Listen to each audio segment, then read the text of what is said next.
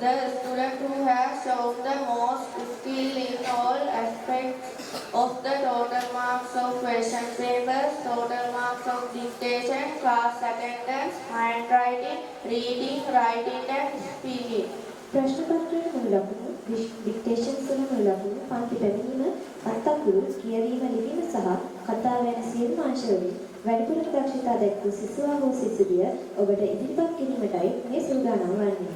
So the year 2024 has been selected as the grade 9, the best student of the year. එසේනම් 9 ශ්‍රේණියේ දක්ෂතම සිසුවා හෝ සිසුවිය ලෙස 2024 වර්ෂයේදී තේරීපත් වී ඇත්තේ Sidumi Dinara.